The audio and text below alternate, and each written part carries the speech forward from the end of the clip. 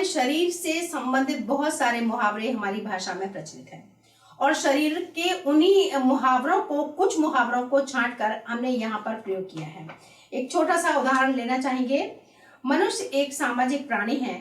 समाज में रहकर ही उसके व्यवहार में, चरित्र में, भाषा में श्रेष्ठता आती है, निखार आता है। मनुष्य का शरीर स्वयं ही शक्ति का, शांति का, भाषा का भंडार है। शरीर में भावनाओं से स्वतः ही परिवर्तन होता है, फिर भी यह परिवर्तन बाह्य रूप से दिखाई देता है।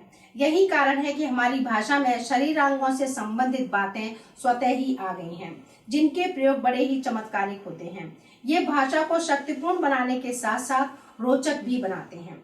एक ही प्रकार के शब्द विभिन्न स्थानों पर प्रयोग होकर अपने अर्थों में विशेष परिवर्तन कर देते हैं। कुछ उदाहरण देखिए। आजकल के नेता इतने शक्तिशाली हैं कि अपराध करने पर भी उनका कोई बाल भी बांका नहीं कर सकता। कभी लगता है कि कभी अभी पकड़े जाएंगे, लेकिन वे बाल बाल बच ही जाते हैं। चुनाव के समय मतदाता इनकी आंखों के तारे होते हैं और चुनाव होने पर सबसे पहले ये उनकी ही आंखों में धूल झोंकते हैं। यही जनता उन्हें सिर आंखों पर बिठाती है, लेकिन जनता की शिकायतों पर इनके माथे पर बल पड़ जाते हैं। फिर जनता सिर धुनती रह जाती है। संसद भवन में ये नेता पूर्व सरकार की गलतियां निकालने में, बाल की खाल निकालने में ही समय बर्बाद कर देते हैं। विकास की ओर ध्यान ही नहीं दे पाते। उस समय इनका एकमात्र मकसद विपक्ष का सिर नीचा करवाना ही होता है। जरा जरा सी बात पर ये संसद में आसमान सिर पर उठा लेते हैं।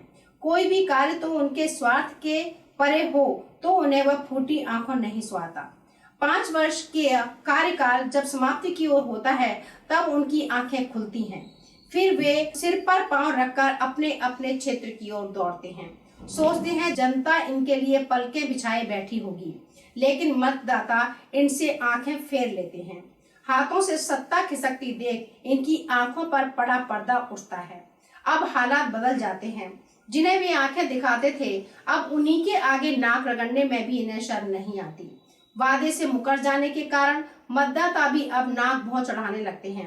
इन्हें मुंह तोड़ उत्तर देते हैं। मतदाता अपने वोट से वह उलटफेर कर देते हैं कि लोग दांतों तले उंगली दबाए रह जाते हैं। कुछ नेताओं का अपने मुंह की खानी पड़ती है तो कुछ अपना सा मुंह को लेकर रह जाते हैं। आजकल के नेताओं की प्रतिष्ठा पहले जैसी नहीं रही।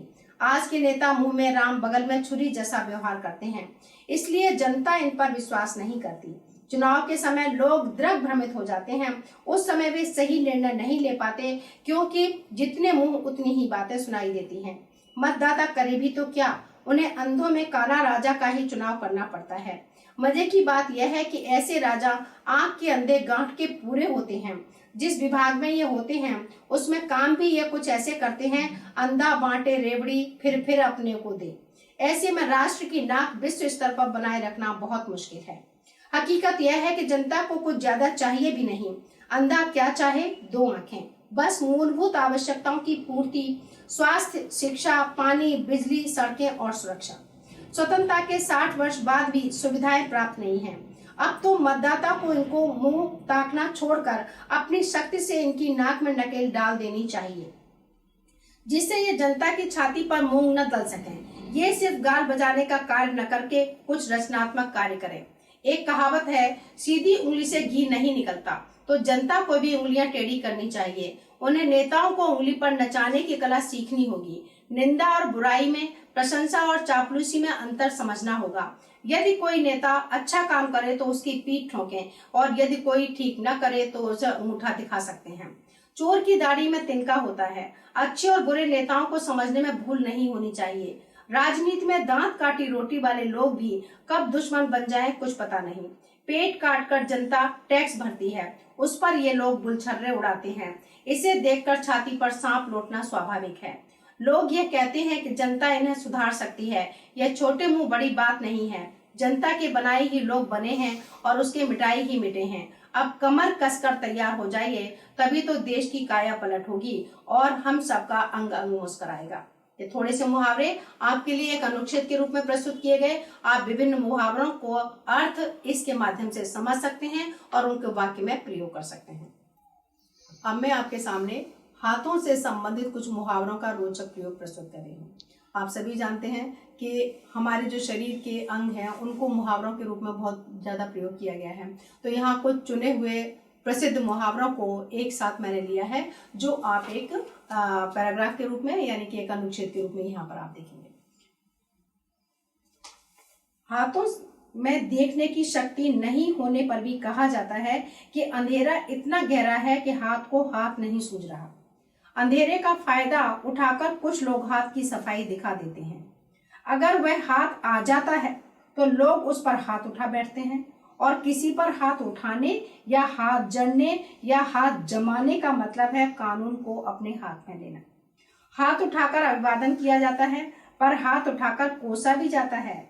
किसी काम में हाथ लगाने से पहले यदि कोई पीठ पर हाथ फेरने वाला हो तो कलेजा हाथ भर का हो जाता है। जो लोग हाथ पर हाथ धरे बैठे रहते हैं या हाथ से मक्खी उड़ाते रहते हैं, वे अपनी इज्जत से हाथ धो बैठते हैं। कभी कभी उन्हें हाथ झूठा करना भी नसीब नहीं होता, इसलिए बचपन से ही सीख दी जाती है कि आदमी को रोजी के लिए हाथ पर मारने के पहले उस विद्या में अपने हाथ मांज लेना चाहिए, ताकि असफलता मिलने पर हाथ न मलना पड़े। हाथों से तंग लोगों के सामने हाथ झाड़कर खड़ा नहीं होना चाहिए, वरन उसका हाथ बटाना चाहिए। हाँ, यह उनका धर्म है कि वे सहायता करने वाले के सामने हाथ बांधकर खड़े हों। वैसे भी बड़े लोगों के सामने हाथ जोड़ लेना ठीक होता है, अन्यथा उनकी सनक में यदि कोई हाथ धोकर पीछे पड़ गया तो हाथ में दीपक रहते हुए भी कुएं में गिरना पड़ सकता है। अचानक यह बात चलने पर कि लड़की हाथ पांव निकालने लगी है, माँ बाप के हाथ पैर फूल जाते हैं।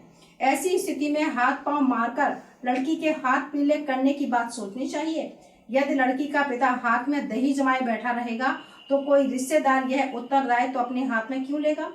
अतः लड़की का हाथ किसी उपयुक्त पात्र के हाथ में देने का प्रयत्न करना चाहिए। उसके बाद ही हाथ पैर सीधे किए जा सकते हैं। अगर आपको भी कुछ हाथ पैर चलाने हैं तो आप अपने हाथ पैर चलाइए और विभिन्न तरीके से इन मुहावरों का प्रयोग करके अपने हाथों की सफाई भी दिखा दीजिए। अब मैं आपके सामने मुहावरों पर आधारित एक ऐसा अनुच्छेद प्रस्तुत कर रही हूँ जिसके माध्यम से आप मुहावरों का प्रयोग करना और उनके भावों को समझना अच्छी तरीके से आप समझ सकते हैं, ग्रहण कर सकते हैं। इसके द्वारा आप अपने जो लिखने की आपके अंदर जो प्रतिभा है उसका भी आप विकास कर सकते हैं। यहाँ पर इस अनुच्छेद में यानी इस पैराग्राफ में मैंने पशु पक्षियों से संबंधित कुछ मुहावरों को लिया है, क्योंकि पशु पक्षियों का हमारे जीवन में एक विशेष महत्व होता है। हम सभी जानते हैं कि पशु पक्षी एक पर्यावरण के माध्यम से हम लोगों से बहुत जुड़े हुए होते हैं। हम पशु पक्षियों के बिना अधूरे हैं, तो पशु पक्षियों को भी हमारी जरूरत होती है। कुछ इसी आधार पर मैंने कुछ थोड़े से मुहावरे यहाँ पर लिए हैं। पशु पक्षियों का मनुष्यों के साथ सदियों से घनिष्ठ संबंध रहा है। यद्यपि प्रत्येक मनुष्य इनकी भाषा से परिचित नहीं होता, लेकिन वे अपनी भाषा में इनका भरपूर प्रयोग करते हैं।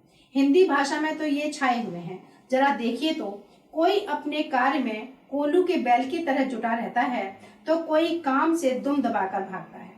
कोई अपना उल्लू सीधा करने में उड़ती चिड़िया को पहचानने की शक्ति रखता है तो कोई उड़ती चिड़िया के पर कतर देता है। कोई जीवन भर मक्खियां मारता रहता है तो कोई घोड़े बेचकर सोता है। किसी के काम का हश्र खोदा पहाड़ निकली चुईया के समान होता है तो कोई 13 का बैल 3 में बेचता है।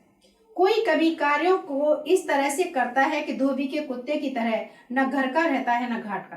किसी का हाल घर की मुर्गी दाल बराबर जैसा रहता है तो कोई ऊंट किस तरह किस करवट बैठेगा पता ही नहीं चलता। किसी का अच्छा कार्य देखकर किसी के कलेजे पर सांप लौटने लगता है तो कोई किसी की आस्तीन का सांप बन जाता है। कोई परिस्थिति का सामना न कर पाने में खिसियानी बिल्ली खंबा नोचे की तरह व्यवहार करता है तो कोई अकेला एक ही मछली सारे तालाब को गंदा कर देता है। कोई मतलब निकलते ही गिरगिट की तरह रंग बदल देता है तो कोई घड़ियाली आंसू बहाकर दिल जीत लेता है।